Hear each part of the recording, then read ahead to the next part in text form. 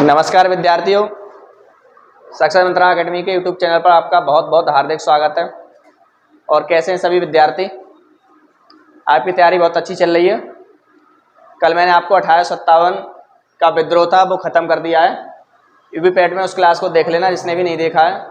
ये एक महत्वपूर्ण क्लास थी। ओके, तो शुरू करते हैं आज की क्लास। आज की क्लास से आपको एक ना एक प्रश्न अवश्य मिलेगा, तो वीडियो में अंत तक बने रहें।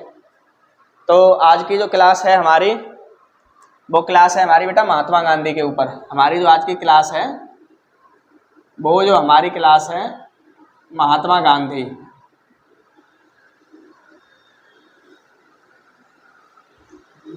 ओके, महात्मा गांधी के ऊपर आज हमारी क्लास होने वाली है। तो सभी लोग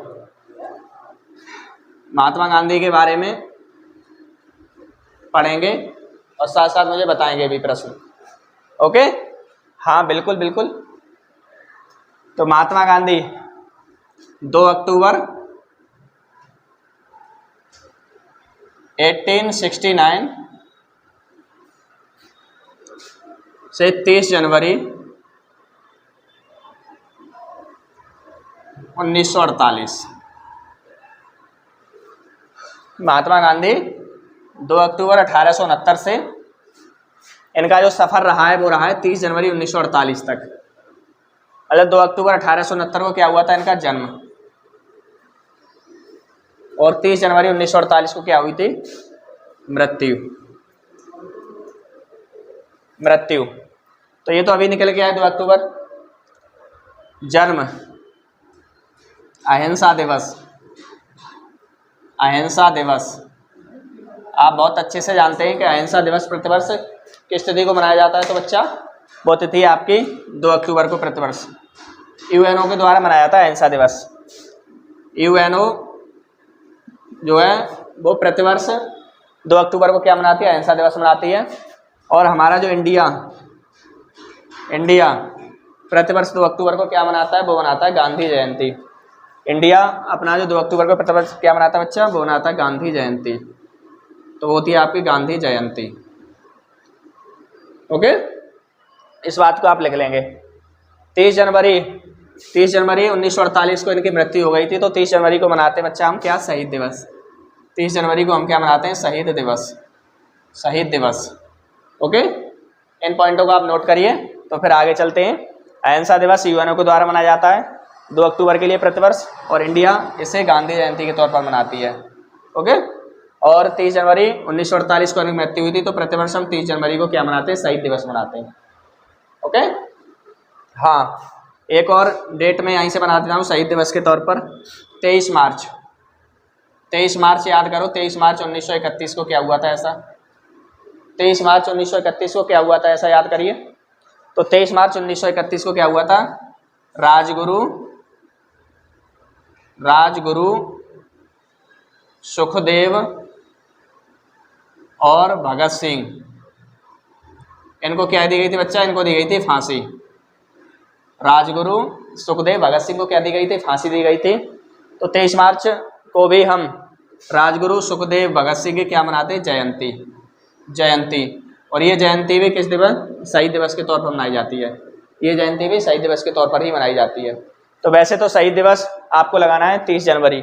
अगर 30 जनवरी ऑप्शन में नहीं है तो आपको फिर 23 मार्च लगाना है, 23 मार्च। ओके, भगत सिंह सुखदेव राजगुरु की जो जयंती है वो 23 मार्च को मनाई जाती है। तो यहाँ पर भी हमने वो चर्चा की। लौट के आ जाइए, महात्मा गांधी पर ही हम आज प्रश्न बनाएंगे। जितने भी प्रश्न है महात्मा गांधी संबंधी वो हम यहाँ पर फिनिश करने वाले हैं। ओके, तो इतनी जानकारी आपने नोट कर ली होगी।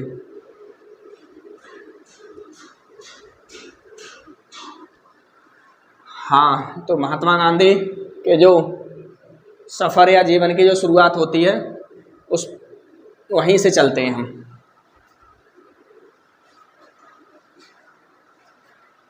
1893 ये डेट बहुत इंपॉर्टेंट है। 1893 याद करिए, ये तिथि बहुत ही ज़्यादा महत्वपूर्ण है। 1893 वर्ष को बेटा ये दक्षिण अफ्रीका जाते हैं। कहाँ जाते हैं, दक्षिण अफ्रीका।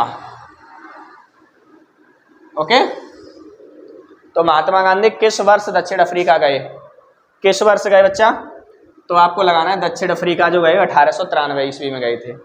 1893 से आपको याद आया होगा स्वामी कौन थे? स्वामी विवेकानंद।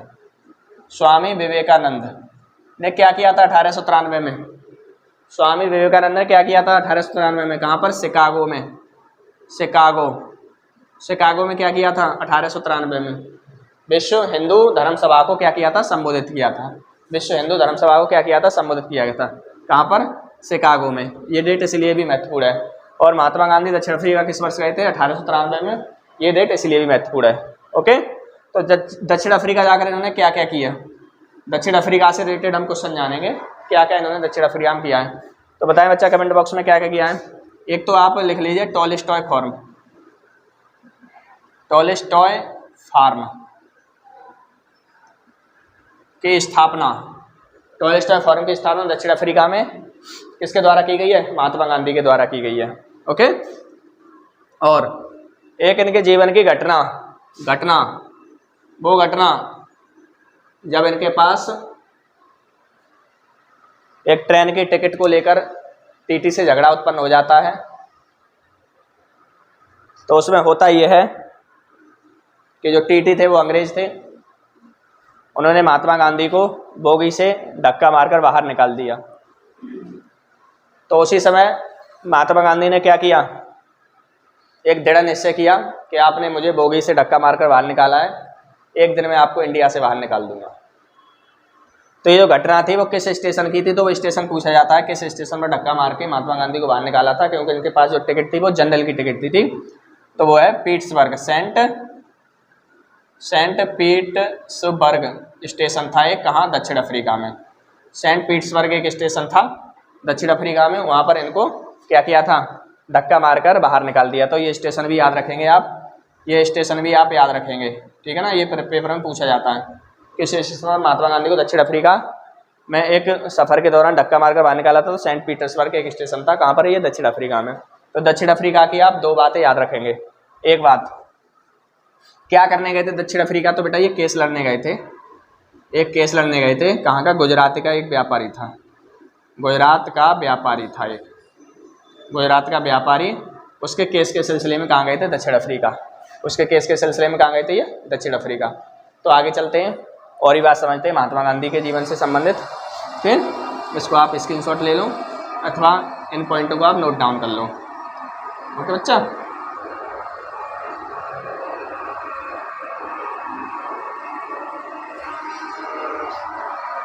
भारत कब आए? 1893 के बाद भारत आगमन। भारत आगमन बताइए, भारत आगमन कब हुआ था? तो भारत आगमन हुआ था 9 जनवरी। सभी को मालूम है 9 जनवरी 1915। सभी को मालूम क्या है? 9 जनवरी 1915 को इनका भारत आगमन हुआ था। ओके, भारत आगमन 9 जनवरी 1915। तो 9 जनवरी को एक दिवस बन गया बेटा, उसी से एक दिवस बन गया। कौन सा दिवस बन गया? 9 जनवरी को प्रतिवर्ष हम कौन से दिवस के तौर पर मनाते हैं? तो वो है हमारा भारतीय प्रवासी दिवस। उस दिवस का नाम क्या है बच्चा? उस दिवस का नाम है भारतीय प्रवासी दिवस। प्रतिवर्ष 9 जनवरी को भारतीय प्रवासी दिवस मनाते हैं। क्यों मनाते हैं? तो क्यों मनाते हैं तो उसका क्वेश्चन मार्क लगे तो आप उसको ये बताएंगे कि महात्मा गांधी 9 जनवरी 1915 को दक्षिण अफ्रीका से भारत आए थे, इसीलिए 9 जनवरी को प्रतिवर्ष क्या मनाता है? भारतीय प्रवासी दिवस के तौर पर मनाया जाता है। ओके, एक चीज़ हमें यह, कितने वर्ष रहे दक्षिण अफ्रीका में? कितने वर्ष रहे? ये यहाँ क्वेश्चन मार्क लग जाता है कि कितने वर्ष रहे दक्षिण अफ्रीका में महात्मा गांधी। तो बताएं मुझे तेजी से। 1893, 1915 में से घटा दो, 5 में से 3 का 2, 11 में से 9 का 2, 22 वर्ष।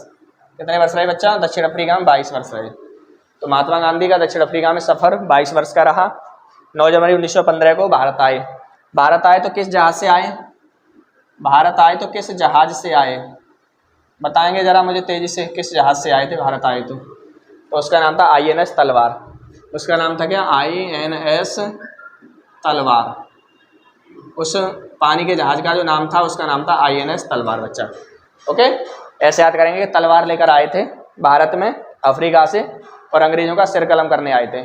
तलवार लेकर आए थे भारत में और क्या करने आए थे? अंग्रेज़ों का सिर कलम करने आए थे। इससे आपको याद हो जाएगा इस जहाज़ का नाम। ओके, आगे बढ़ते हैं और भी समझते हैं महात्मा गांधी के जीवन से संबंधित। महत्वपूर्ण पॉइंट।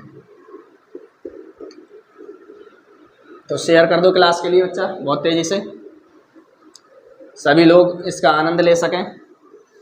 पेपर संबंधी यहाँ से एक ना एक सवाल निश्चित तौर पर आएगा, पूछा जाएगा। हाँ, तो राजनीतिक गुरु किसे बनाया? महात्मा गांधी के राजनीतिक गुरु बताएं जरा बहुत तेज़ी से मुझे। राजनीतिक गुरु किसे बनाया था?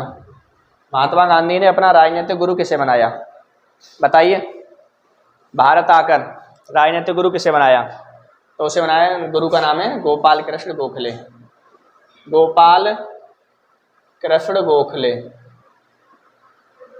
महात्मा गांधी के जो राजनीतिक गुरु हैं उनका नाम क्या है? गोपाल कृष्ण गोखले। तो मुझे ये बताएं दे, गोपाल कृष्ण गोखले के गुरु का नाम क्या था? गोपाल कृष्ण गोखले के राजनीतिक गुरु थे, उनका नाम बताएं, बताइए, प्रयास कीजिए। तो उनका नाम था महादेव गोविंद रानाडे। तो उनका नाम क्या है? महादेव गोविंद रानाडे, MG रानाडे, शॉर्ट में क्या कहते हैं? महादेव MG रानाडे। तो इन्होंने राजनीतिक गुरु किसे बनाया? गोपाल कृष्ण गोखले के लिए। गोपाल कृष्ण गोखले के राजनीतिक गुरु हैं महादेव गोविंद रानाडे, MG रानाडे। तो राजनीतिक गुरु हमने समझे महात्मा गांधी के। ओके,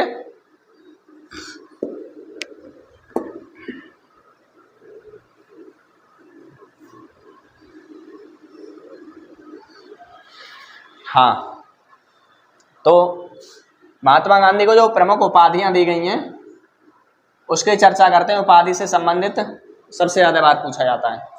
महात्मा गांधी को जो सबसे ज़्यादा उपाधियां से सवाल जब पूछा जाता है, आपसे पूछेगा कि महात्मा की उपाधि किसने दी?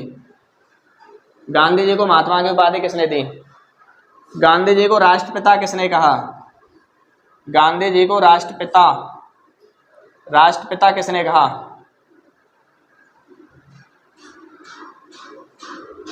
गांधी जी को अर्धनंगा फकीर किसने कहा? अर्धनंगा फकीर किसने कहा? बताइए, गांधी जी को अर्धनंगा फकीर किसने कहा? तो महात्मा की उपाधि रविन्द्रनाथ टैगोर।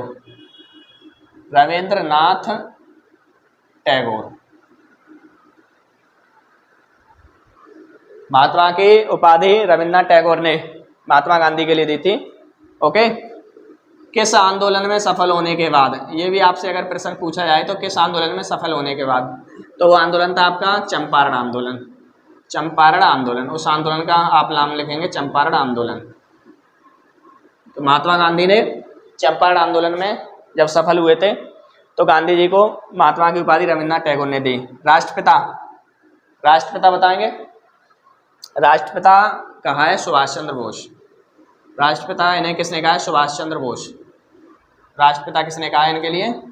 सुभाष चंद्र बोस। ओके, और अर्धनंगा फकीर, जब ये गोलमेज सम्मेलन में भाग लेने गए थे दूसरे वाले में 1931 में, उस समय अर्धनंगा फकीर कहा था इनके लिए विंस्टन चर्चिल। उस समय अर्धनंगा फकीर कहा था विंस्टन चर्चिल। तो ये याद रखेंगे आप, ये वाली बातें। अर्धनंगा फकीर विंस्टन चर्चिल के द्वारा कहा गया था इनके लिए, और राष्ट्रपिता सुभाष चंद्र बोस के द्वारा कहा गया था, और महात्मा की उपाधि रविन्द्रनाथ टैगोर के द्वारा दी गई थी। ओके, तो आगे चलें, नोट कर लिया, ये स्क्रीनशॉट ले लो, नोट कर लो ये पॉइंट।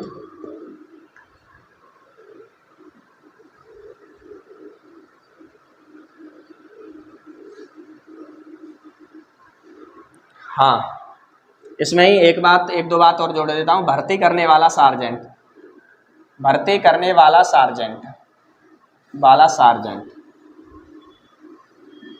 बताइए, भर्ती करने वाला सार्जेंट ब्रिटिश सरकार के द्वारा इन्हें भर्ती करने वाला सार्जेंट भी कहा गया था। जब ये अफ्रीका से लौटे थे उसी दौरान ब्रिटिश सरकार ने इन्हें कौन सी उपाधि से सम्मानित कर दिया? भर्ती करने वाला सार्जेंट कहा गया। किसे कहा गया? तो आप ये महात्मा गांधी ही कहेंगे। भर्ती करने वाला सार्जेंट किसे कहा गया? तो यह महात्मा गांधी ही कहेंगे। ओके, हाँ, तो सभी लोग कमेंट करते रहो, सभी लोग कमेंट करो। एक उपाधि और लिख लो, वन मैन फोर्स। इसे ये माउंटबेटन ने कहा है। ये किसने कहा है? माउंटबेटन। वन मैन फोर्स की उपाधि किसने दी है? माउंटबेटन। वन मैन फोर्स की उपाधि किसने दी है? माउंटबेटन ने दी है। ओके,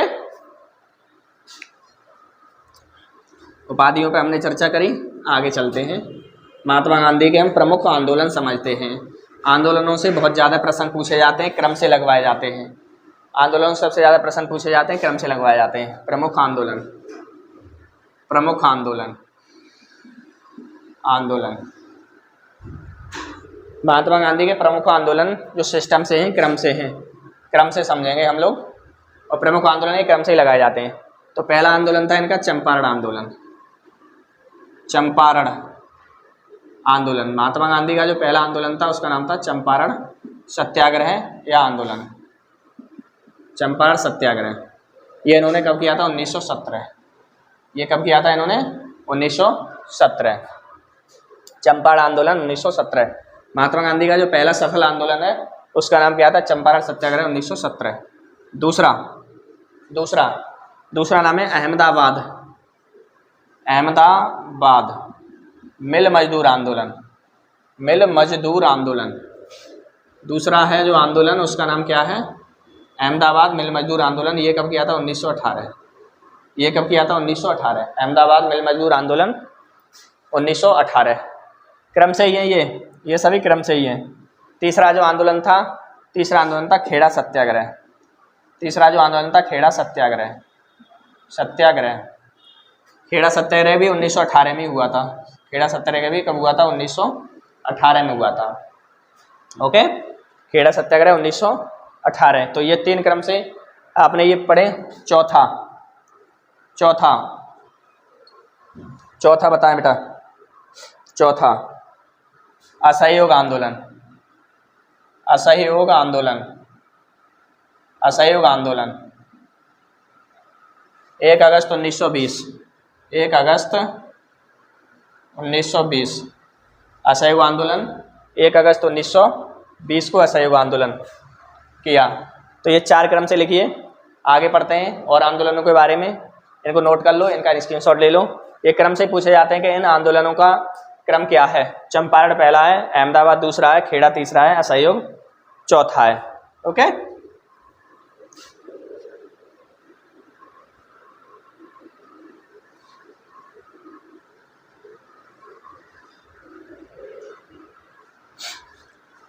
पांचवा।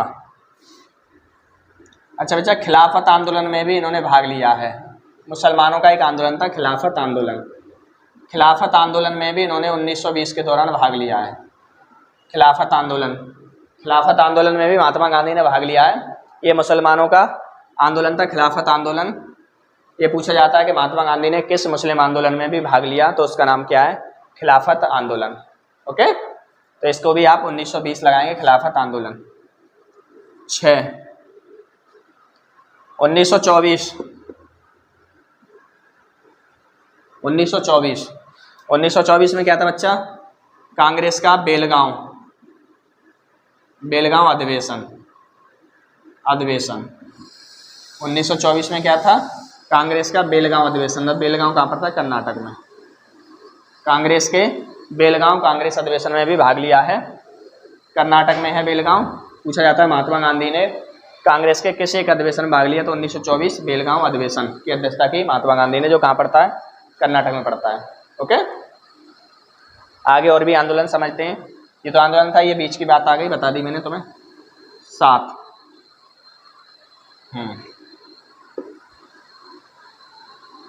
दांडी यात्रा, दांडी यात्रा, दांडी यात्रा। नमक के विरोध में दांडी यात्रा। कब? 12 मार्च 1930 से 6 अप्रैल 1930। 12 मार्च 1930 से 6 अप्रैल 1930 को क्या किया? दांडी यात्रा। और दांडी यात्रा की समाप्ति के बाद तुरंत कौन सा आंदोलन शुरू हो जाता है? बताएं मुझे जल्दी से। किस आंदोलन की शुरुआत नमक आंदोलन की समाप्ति के तुरंत बाद हो जाती है?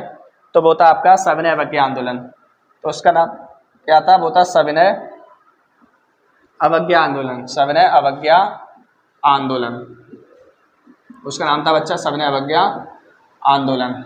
ओके, तो सविनय अवज्ञा आंदोलन की डेट बताएं मुझे बहुत तेजी से। सविनय अवज्ञा आंदोलन की डेट बताइए मुझे बहुत तेजी से। तो सविनय अवज्ञा आंदोलन 6 अप्रैल 1930 से 5 मार्च 1931 तक चलता है। 5 मार्च 1931 तक चलता है। 5 मार्च 1931 को क्या होता है? गांधी इरविन समझौता। 5 मार्च 1931 को क्या होता है? गांधी इरविन समझौता। गांधी इरविन समझौता। गांधी इरविन समझौते के बाद महात्मा गांधी इस आंदोलन को ख़त्म कर देते हैं। गांधी इरविन समझौते के बाद महात्मा गांधी इस आंदोलन को क्या करते हैं? तो बच्चा समाप्त कर देते हैं। और समाप्त कर देते हैं तो कहाँ जाते हैं फिर? तो कहाँ जाते हैं? 1931 में द्वितीय गोलमेज सम्मेलन में भाग लेते हैं। द्वितीय गोलमेज सम्मेलन में भाग लेते हैं। तो महात्मा गांधी ने किस एकमात्र गोलमेज सम्मेलन में भाग लिया? तो आप बताएंगे दूसरे गोलमेज सम्मेलन में भाग लिया।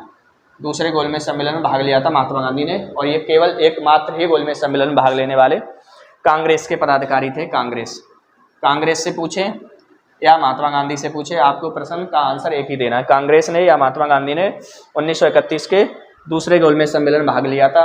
और ये भाग कब लिया था? ये भाग लिया था गांधी इरविन समझौते के बाद। इरविन था उस समय वायसराय, अंग्रेजों का जो वायसराय था उस समय था इरविन। ओके, तो हमने ये समझा 1931 में द्वितीय गोलमेज सम्मेलन में महात्मा गांधी ने भाग लिया था और इस गोलमेज सम्मेलन में भाग लिया था। ठीक,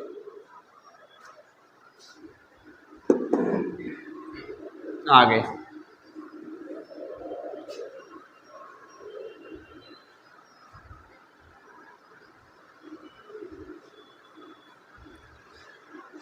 दसवीं बात, व्यक्तिगत सत्याग्रह। व्यक्तिगत सत्याग्रह। व्यक्तिगत सत्याग्रह 1940। महात्मा गांधी के संरक्षण में ही एक और सत्याग्रह की शुरुआत हो गई, जिसका नाम क्या है? व्यक्तिगत सत्याग्रह। कब हुआ है ये? 1940 में। व्यक्तिगत सत्याग्रह, जिसके जो प्रथम सत्याग्रही थे उसका नाम था विनोबा भावे। विनोबा भावे, प्रथम सत्याग्रही का जो नाम था उनका नाम था विनोबा भावे। ओके, तो महात्मा गांधी के देखरेख में एक और सत्याग्रह है 1940 में, जिसका नाम क्या था? व्यक्तिगत सत्याग्रह। और ये इसके पहले सत्याग्रही कौन थे? इसके पहले सत्याग्रही थे विनोबा भावे। ये बात भी आपको पता होना चाहिए। ओके, 11 अंतिम आंदोलन। ये था भारत छोड़ो आंदोलन। भारत छोड़ो आंदोलन। भारत छोड़ो आंदोलन 1942, 8 अगस्त 1942। 1942, 8 अगस्त 1942 को भारत छोड़ो आंदोलन। भारत छोड़ो आंदोलन ये अंतिम आंदोलन है। आपसे पूछे महात्मा गांधी का जो अंतिम आंदोलन है उसका नाम क्या है? भारत छोड़ो आंदोलन है। ये अंतिम आंदोलन था महात्मा गांधी का, जो कब शुरुआत हुआ? अगस्त 1942 में शुरू हुआ था। अगस्त 1942 में शुरू हुआ था भारत छोड़ो आंदोलन। ओके, इस समय एक नारा दिया था महात्मा गांधी ने। इसी समय एक नारा दिया था महात्मा गांधी ने, उसका नाम बताइए मुझे तेजी से। नारा दिया था डू और डाई, करो या मरो। करो या मरो, डू और डाई। करो या मरो का नारा जो संबंध रखता है वो किससे रखता है? भारत छोड़ो आंदोलन से रखता है। ये महात्मा गांधी का अंतिम आंदोलन था। ओके, और इसी में अंग्रेजों ने एक ऑपरेशन चलाया था, उसका नाम था operation zero hour. Operation zero hour, अंग्रेजों ने एक ऑपरेशन चलाया था, operation zero hour. Operation zero hour. Okay, ये महात्मा गांधी ने करो या मरो का नारा कब दिया? भारत छोड़ो आंदोलन ये अंतिम आंदोलन है 1942। कहाँ से शुरू हुआ था? ग्वालिया। कहाँ से शुरू हुआ था? ग्वालिया टैंक मैदान। कहाँ से हुआ था? ग्वालिया टैंक मैदान, बम्बई। ओके, महाराष्ट्र से। ग्वालिया टैंक मैदान बम्बई महाराष्ट्र से इसकी शुरुआत हुई थी। तो और भी समझते हैं। वीडियो आपको पसंद आ रही है? लाइक कर दो सभी लोग, शेयर कर दो ज़्यादा से ज़्यादा ग्रुपों में। ये एक महत्वपूर्ण जानकारी है जो आपको एक न एक नंबर दे के जाने वाली है ना? हाँ, अंतिम आंदोलन के बाद महात्मा गांधी की मृत्यु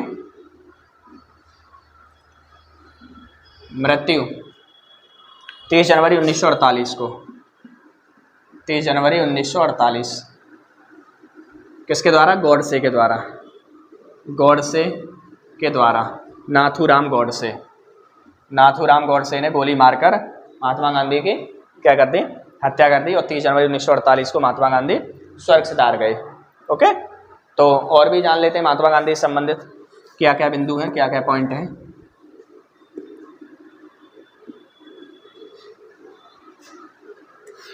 यानी कि कुछ पुस्तकें आपसे पूछी जाती हैं, महात्मा गांधी की कुछ पुस्तकें जो महत्वपूर्ण पुस्तकें हैं वो आपसे पूछी जाती हैं। तो पुस्तकों में जैसे हरिजन, एक है नवजीवन, एक है यंग इंडिया,